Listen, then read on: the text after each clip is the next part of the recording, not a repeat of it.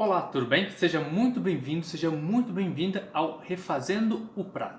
Neste quadro, eu mostro as melhores e as piores alternativas alimentares para tratar a obesidade e também a diabetes tipo 2. Eu sou Ale Assunção e o assunto do episódio de hoje é: comer gordura engorda? Qual o principal problema de quem tem diabetes tipo 2? O açúcar. O corpo não consegue metabolizar com eficiência o açúcar, a glicose. E onde são as maiores fontes de açúcar? Além do próprio açúcar, é claro. Os carboidratos, principalmente os refinados e processados. Assim que eles entram no nosso corpo, eles são quebrados em moléculas simples de açúcar, logo o nível de açúcar no sangue sobe.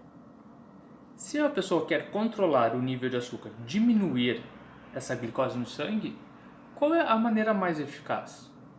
Se o problema é o açúcar, diminuir o consumo, parar de comer o açúcar ou ao menos diminuir o consumo dos carboidratos processados e refinados. Esse é o básico, é o mais simples de entender, não tem nenhum mistério quanto a isso. Porém, existe uma outra dieta que é divulgada por aí há décadas. É divulgada aos 4 ventos, sendo a mais saudável, a mais indicada para emagrecer, mais saudável para o coração inclusive, e que, além de emagrecer, é indicada para quem tem diabetes tipo 2. Que dieta é essa? Que alimentação é essa? Eu estou falando da dieta low fat, ou baixa em gorduras. Ou seja, são as indicações para não comer gordura. Segundo os defensores dessa dieta, os problemas de saúde que nós temos estão relacionados com a quantidade de calorias e com a gordura. Segundo eles, comer gordura engorda, aumenta o colesterol, causa problemas cardíacos e cardiovasculares. Como as moléculas de gordura possuem mais calorias do que as dos outros macronutrientes, do que as proteínas e carboidratos, diminuir o consumo de gordura é essencial para emagrecer. O que consiste uma dieta low fat? O que as pessoas que seguem essa dieta comem? Grãos à vontade, carne sempre magra, só carne magra, arroz, feijão comem também, frutas à vontade, vegetais, lentilha, por exemplo. E o que não se come? Obviamente, alimentos ricos em gordura, por exemplo, ovos, laticínios, aquela gordurinha da carne, sabe, não pode comer, tem que ser sempre carne magra, então a pelezinha do frango, sabe, não pode. Sabe a gordurinha que vem ali na costela, por exemplo, então não pode comer. Queijo, iogurte, manteiga, nada disso entra numa alimentação low fat. E existe ainda uma diferença na questão das gorduras, porque eles abominam com todas as forças a gordura saturada. Isso, a gordura que vem nos ovos, por exemplo, na carne, nos laticínios, no queijo. O mínimo de gordura que eles comem são as mono ou poliinsaturadas, por exemplo, do abacate, do azeite de oliva, por exemplo. E tudo isso distribuído em 6 refeições. 3 principais, o café, almoço e janta, e aqueles 3 lanchinhos entre elas para não sentir fome e manter a energia. Mas será que a ciência concorda com estes argumentos de quem segue uma filosofia low fat, baixa em gordura? Vamos dar uma olhada para ver se faz sentido. Por exemplo, este estudo aqui, Dietary Fat but not Protein or Carbohydrate, Regulate Energy Intake and Causes Adiposity in Mice. O que é isso aí? Esse aí é o título, né? Então, a gordura na dieta, o consumo da gordura na dieta, mas não as proteínas ou carboidratos, regulam o consumo de energia e causa adiposidade. Adiposidade, adipócito, tecido adiposo, a gordura em ratos, em camundongos. Pesquisa publicada em julho de 2018. Os impactos dos diferentes macronutrientes na regulação do peso corporal permanece irresolvido, né? Não tem uma solução, com diferentes estudos sugerindo o aumento do consumo de gordura, o aumento, né, de carboidratos, particularmente os açúcares, ou a redução de proteínas pode estimular o consumo excessivo e levar à obesidade. Nós expusemos, olha só, C57BL6, o que é isso? Isso aí é o gene que se refere às estirpes consanguíneas. Meu Deus do céu, o que isso quer dizer? Na verdade, isso aí é para indicar que são camundongos, ratos de laboratório, que são geneticamente idênticos, que são da mesma ninhada por 20 ou mais anos. Ou seja, os participantes dessa pesquisa são ratos de laboratório, apenas isso. Tá. Então eles expuseram esse gene, né, esse tipo de rato em específico, em 29 diferentes dietas, variando do consumo de 8,3% até 80% de gordura, 10% até 80% de carboidratos, 5% até 30% de gordura e, além disso, de 5% até 30% de sacarose, né, de açúcar. Então, variaram esses tipos de dietas. E o que esses pesquisadores viram? Apenas o aumento no consumo da gordura foi associada com o elevado consumo de energia e adiposidade de gordura. Ou seja, apenas a gordura, o alto consumo de gordura, fez os ratos, né, os camundongos, comerem mais e engordarem. A resposta foi associada com um aumento na expressão do gene, né, num receptor, no 5-HT, que é um receptor do hipotálamo, do hipocampo, com o aumento da dopamina sinalizando, fazendo esse sinal com este receptor no hipotálamo. O que é exatamente isso aí? Significa que, ao comer bastante gordura, os ratos ativaram campo no hipotálamo responsável pelo quê? Pelo setor de recompensa. Então, a dopamina entrou em ação e os ratos comiam gordura e queriam mais. Acompanhe comigo esta imagem divulgada pelos pesquisadores, né? As previsões. Foram divididos os camundongos, né, em 3 categorias ali. Primeiro, então, ali é a hipótese da proteína, né? Eles escreveram ali: alta proteína causa saciedade. É em porcentagem: 5% de proteína, 10, 15, 20 até 30% de proteína. Segundo essa hipótese, quanto mais proteína, mais porcentagem de proteína eles comessem, mais finos, né, mais em forma eles ficariam. Primeira hipótese. A segunda é da gordura. Gordura na dieta não causa obesidade. E o ratinho, pensando, dizendo ali o seguinte: estava previsto que eu permanecesse em forma, que eu permanecesse magro. Olha só, começou comendo 10% de gordura. Ao chegar em 50% de gordura, ou seja, 50% de todas as calorias, ele começou a engordar. E no final, comendo até 80% de gordura, que foi o máximo que os pesquisadores avaliaram, o ratinho, o camundongo, ficou obeso, ficou gordo. O que diz ali na pontinho vermelho ali que está ligado? Está escrito o seguinte: comendo gordura altera o gene de recompensa no hipotálamo. Então o ratinho comeu gordura e mudou o senso de recompensa, ele quis mais. E a terceira hipótese ali está escrito: carboidratos são ruins, são maus, açúcar é ruim, faz mal. E o pensamento do camundongo: estava previsto que eu ficasse gordo, comendo 5% de açúcar, de carboidrato, aí 20% e até 30%. O que acontece? Nosso resultado está escrito um pouco entre o primeiro e o segundo ali. Nosso resultado: apenas o consumo de gordura faz você ficar gordo. No primeiro, proteína; segundo, gordura; e o terceiro, carboidrato, açúcar. Segundo as previsões e os testes desses pesquisadores, a proteína, o consumo de até 30% de proteína não fez os camundongos ficarem gordos. Comendo até 30% de açúcar, de carboidratos, não fez os ratinhos ficarem gordos. Apenas comendo 80% de gordura fez os ratos ficarem gordos. Eu não sei se você conseguiu perceber que eu não consegui...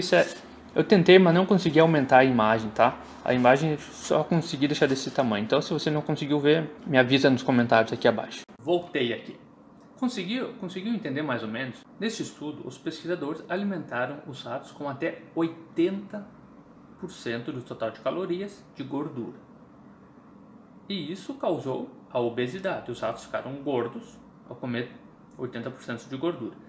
Mas isso não foi visto no grupo de ratos que comeram proteínas e nem carboidratos, nem açúcar. Só quem comeu gordura ficou gordo. Por que isso? Os ratos que comeram mais gordura, eles comeram mais calorias no total, né? As gorduras possuem mais calorias, eles comeram mais calorias, mais comida e engordaram. Além disso, o cérebro dos bichinhos tiveram alterações. Serotonina e dopamina foram liberados em maior quantidade. Isso acionou o hipotálamo, o hipocampo, que é o senso de recompensa dos ratos. Eles queriam comer mais. Eles comiam gordura e queriam mais e mais e mais. Isso significa que se você comer gordura, você vai engordar? Isso se aplica, essa pesquisa se aplica a nós, seres humanos? É claro que não. A não ser que você tenha um ratinho, um camundongo de estimação, não leve a sério essa pesquisa. A questão é que é o seguinte, o nosso sistema de recompensa não é o mesmo dos ratos. É exatamente o oposto. Ué, como assim o oposto? O que ativa o nosso senso de recompensa, de querer comer mais, não são as gorduras, é o açúcar. Lembra disso? Nós conversamos no primeiro ou no segundo, no primeiro episódio, eu acho. Aqui mesmo desse quadro, Refazendo o Prato. É o açúcar que altera o nosso senso de recompensa, que nos faz comer, querer mais e ter aquele desejo, sabe? É o açúcar. E nós, seres humanos, que cria esse desejo não são as gorduras, e sim o açúcar. Se você diminuir o consumo de açúcar, você não só vai diminuir esse desejo de comer mais açúcar, como vai emagrecer também.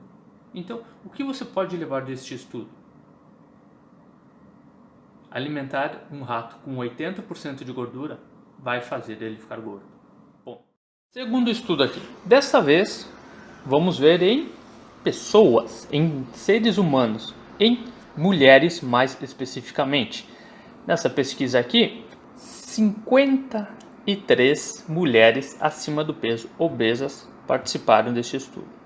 Durante 6 meses, um grupo delas comeu uma dieta baixa em carboidratos e a outra baixa em gordura, com no máximo 30% de gordura. Ambos os grupos diminuíram o consumo de calorias, ou seja, elas comeram a mesma quantidade de calorias, mas um grupo comeu pouca gordura e outro grupo comeu bastante gordura. E o que aconteceu? Foram feitos exames em 3 e 6 meses. O grupo que comeu baixa quantidade de carboidratos e muita gordura eliminou mais peso, na média 8,5 quilos, contra 3,9 do grupo que comeu pouca gordura. Uma diferença de quase 4,5 kg, mais ou menos, 5. Este foi no peso corporal.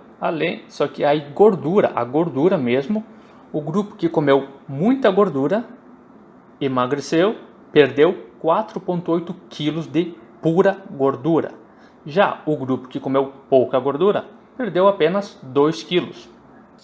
Um fator que diferenciou o aumento do ácido beta-hidroxibutírico no grupo das mulheres que comeram bastante gordura. Ele aumentou significativamente após os 3 meses. Baseado nestes dados, uma dieta baixa carboidrato é mais efetiva do que uma dieta baixa em gordura para a perda de peso. E após 6 meses, essa dieta não está associada com os efeitos em importantes riscos de fatores de riscos cardiovasculares em mulheres. O que é esse ácido beta-hidroxibutírico aí? Por que aumentou tanto? Vamos dar uma olhadinha. O que é isso aí? O ácido beta-hidroxibutírico é um corpo cetônico. E o que isso quer dizer? Quando nós nos alimentamos através de uma dieta muito baixa em carboidratos, o nosso corpo muda a fonte de energia. ele deixa de usar a glicose, que vem dos alimentos, e passa a queimar gordura. Quando o fígado começa a quebrar os ácidos graxos, os corpos cetônicos são gerados. Então, o corpo passa a funcionar através de corpos cetônicos, durante os períodos de jejum, por exemplo, ou quando você dorme. Um exemplo é quando você dorme. Ou você acorda às 3 da madrugada para comer uma fatia de pão integral, porque está faltando energia. Não, né? Você não faz isso. Isso não acontece. O que ocorre é que seu corpo está funcionando por causa dos corpos cetônicos, produzidos pelo fígado. Esses corpos cetônicos podem ser usados pelo cérebro, não por todo o cérebro. Algumas partes realmente do nosso cérebro funcionam apenas com a glicose. Isso é verdade, eu não estou negando isso. Que partes mais do nosso corpo podem usar os corpos cetônicos? O coração e os músculos também. Tá, mas por que eu estou falando tudo isso?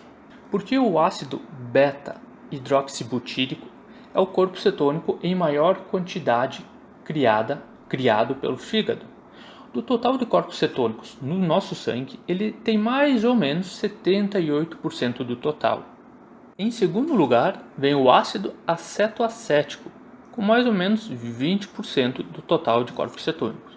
E em terceiro, temos a cetona, com apenas 2%. E o que é interessante é o seguinte, é que o ácido beta-hidroxibutírico é usado principalmente para energia. Já o acetoacético é excretado, por exemplo, no nosso suor e na respiração. Obviamente, né, que eu não estou inventando nada disso. E por que eu falei tudo isso, dei toda essa volta? É para ter explicado o seguinte, que se o ácido beta-hidroxibutírico está em maior quantidade, está elevado no nosso sangue, a pessoa vai emagrecer. Isso significa que o corpo está queimando a própria gordura e o fígado está convertendo em corpos cetônicos. Isso explica, por exemplo, por que o grupo de mulheres que comeu bastante gordura emagreceu tanto, emagreceu quase 5 quilos a mais, porque elas fizeram uma alimentação muito baixa em carboidratos e o fígado entrou em ação. Entendido? Terceira pesquisa: uma dieta baixa em carboidratos ou cetogênica versus uma dieta baixa em gordura para tratar a obesidade e a hiperlipidemia, que é o problema do colesterol e triglicerídeos elevados. Para comparar os efeitos de uma dieta baixa em carboidratos com aqueles que fazem uma dieta baixa em gordura, baixa em colesterol e reduzidas quantidades de calorias. 120 pessoas acima do peso participaram deste estudo. O grupo baixo em carboidrato então comeu menos de 20 gramas por dia e tomou alguns suplementos e tiveram recomendações de exercício. O outro grupo, o de baixa, que comeu pouca gordura, comeram 30% ou menos de gordura e no máximo 300 mg de colesterol por dia. Além disso, comeram menos. Eles criaram um déficit calórico de 500 a 1000 calorias por dia. Além disso, recomendações para fazer exercício. Os pesquisadores, no final da pesquisa, analisaram o peso do corpo, a composição do corpo, os níveis de lipídios em jejum, de gordura em jejum. E quais foram os resultados dessa pesquisa? Durou 24 semanas esse estudo. A perda de peso foi maior no grupo que comeu pouco carboidrato do que no grupo pouca gordura. A mudança, veja só, o grupo que comeu bastante gordura perdeu em média 12,9% do peso corporal, contra 6,7% apenas do grupo que comeu pouca gordura. A massa gorda, tá? Emagrecimento de 9,4 quilos no grupo que comeu bastante gordura e apenas 4,8 quilos no grupo que comeu pouca gordura. O grupo que comeu bastante gordura, perceba o seguinte, eles reduziram os triglicerídeos em 74,40 mg por decilitro. Olha a redução, 74,40. Além disso, melhoraram os níveis de HDL, subiu o HDL, subiu em 5,41 mg por decilitro. Conclusões dos pesquisadores: comparada com uma dieta baixa em gordura, uma dieta baixa em carboidrato, um programa de dieta baixa em carboidrato, teve melhores retenções dos participantes e maior perda de peso. Durante a perda de peso, os níveis de triglicerídeos diminuíram mais e aumentou o HDL, o colesterol HDL, mais do que no grupo que comeu pouca gordura. Vamos ver a última pesquisa, mais uma comparação de uma dieta pouco carboidrato versus uma dieta pouca gordura. Desta vez em participantes com obesidade severa. O que aconteceu?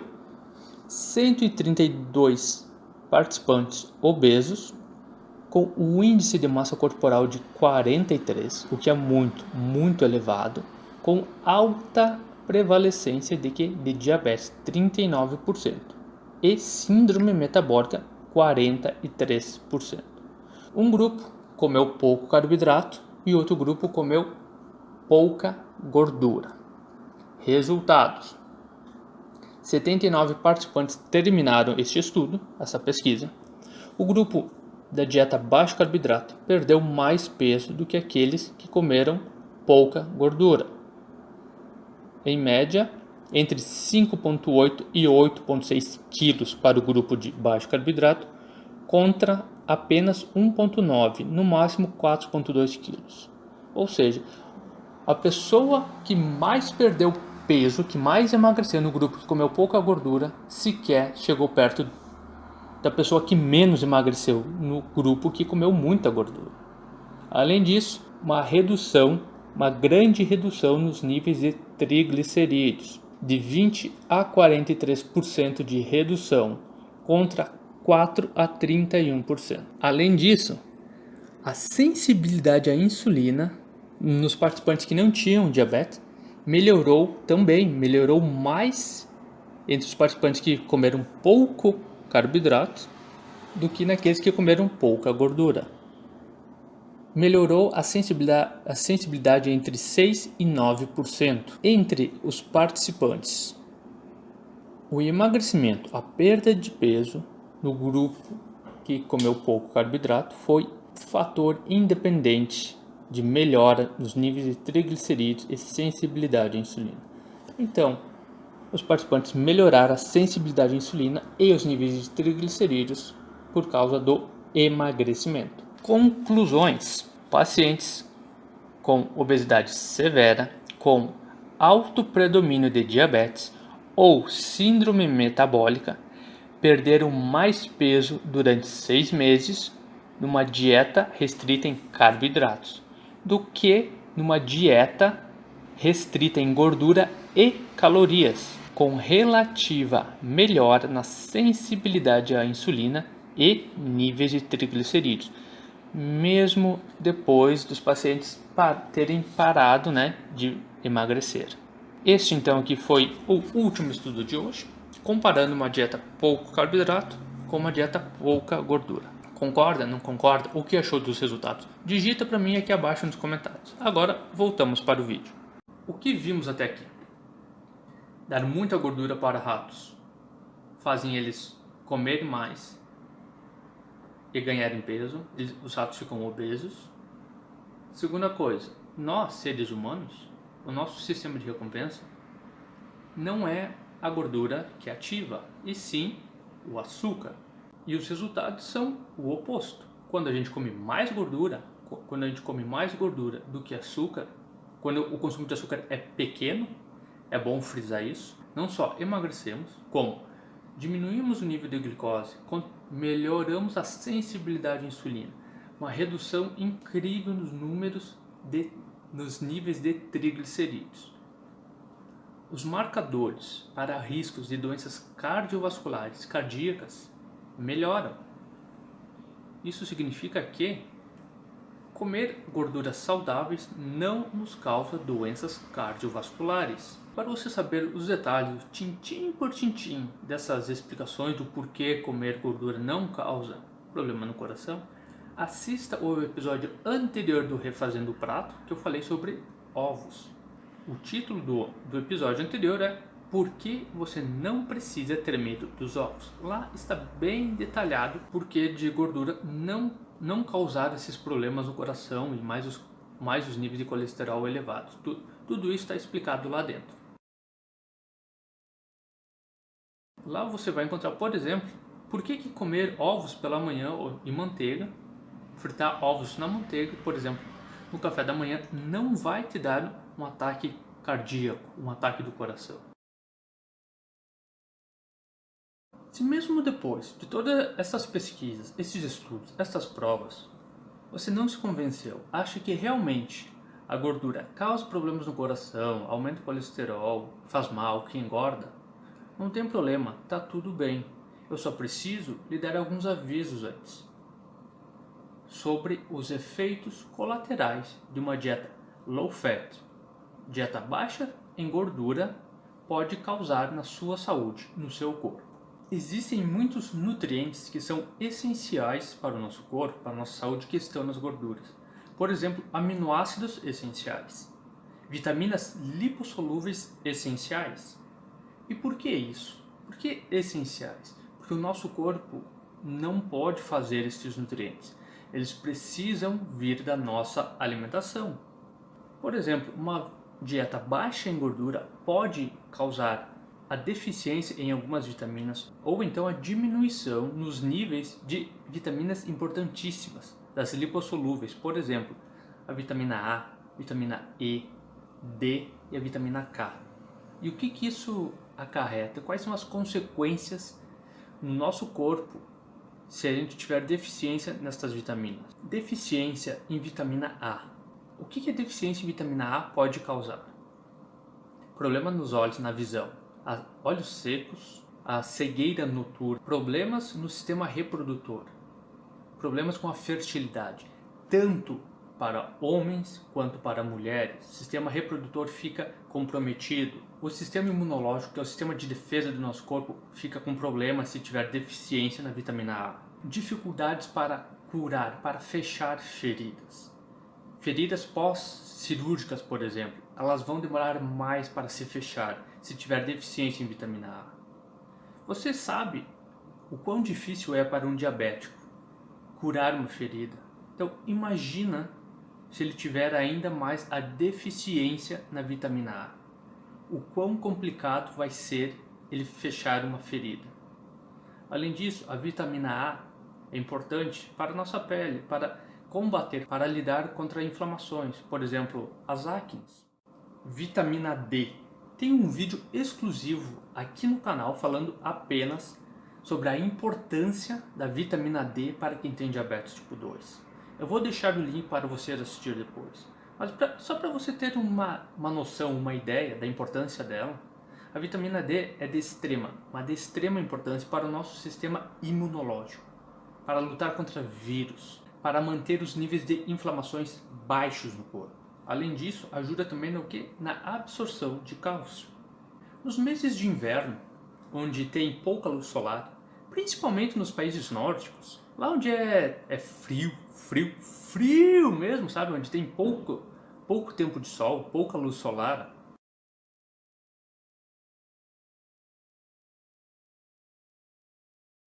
As pessoas começam a ficar um pouco deprimidas, de mau humor, meio ranzinhas, sabe? Com falta de energia, com irritação e até mesmo depressão. Vitamina E é essencial para o quê? O nosso coração, para também a saúde da nossa pele. A vitamina K é importante para parar hemorragias, para fortalecer os ossos, para a saúde dos nossos ossos. Além dessas deficiências nessas vitaminas lipossolúveis, uma dieta baixa em gordura pode ocasionar redução no HDL e aumento dos triglicerídeos. Uma dieta baixa em gorduras pode ocasionar aumento dos triglicerídeos e a diminuição do HDL. E nós queremos o quê? Nós precisamos o contrário. Nós precisamos que o HDL suba e os triglicerídeos diminuam. E uma dieta baixa em gordura não nos fornece isso. Um outro efeito colateral é a fome. A pessoa nunca vai ficar satisfeita. Por quê?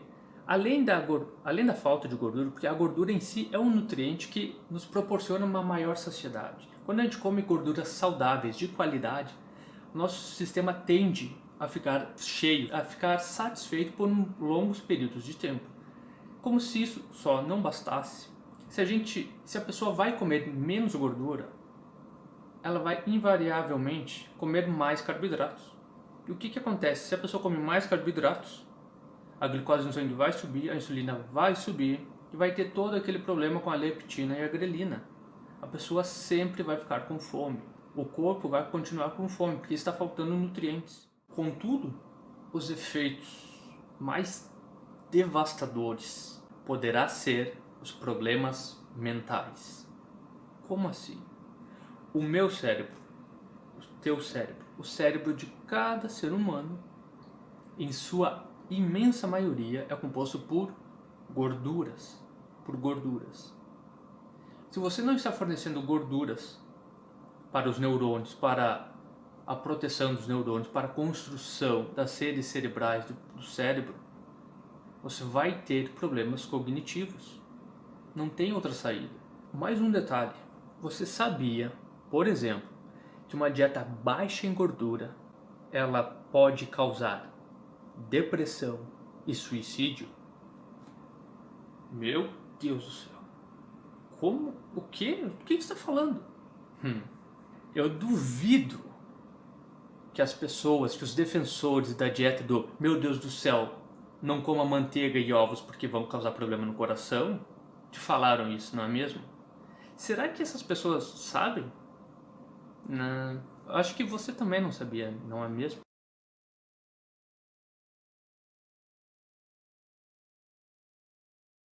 E como isso pode acontecer?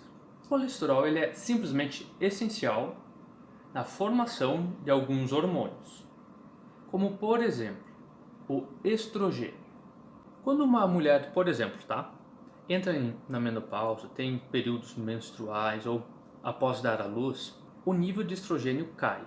Junto com ele, o humor diminui, a irritação aumenta, a disposição cai bastante, a falta de disposição para fazer muitas coisas simplesmente some. A vontade da mulher simplesmente parece sumir.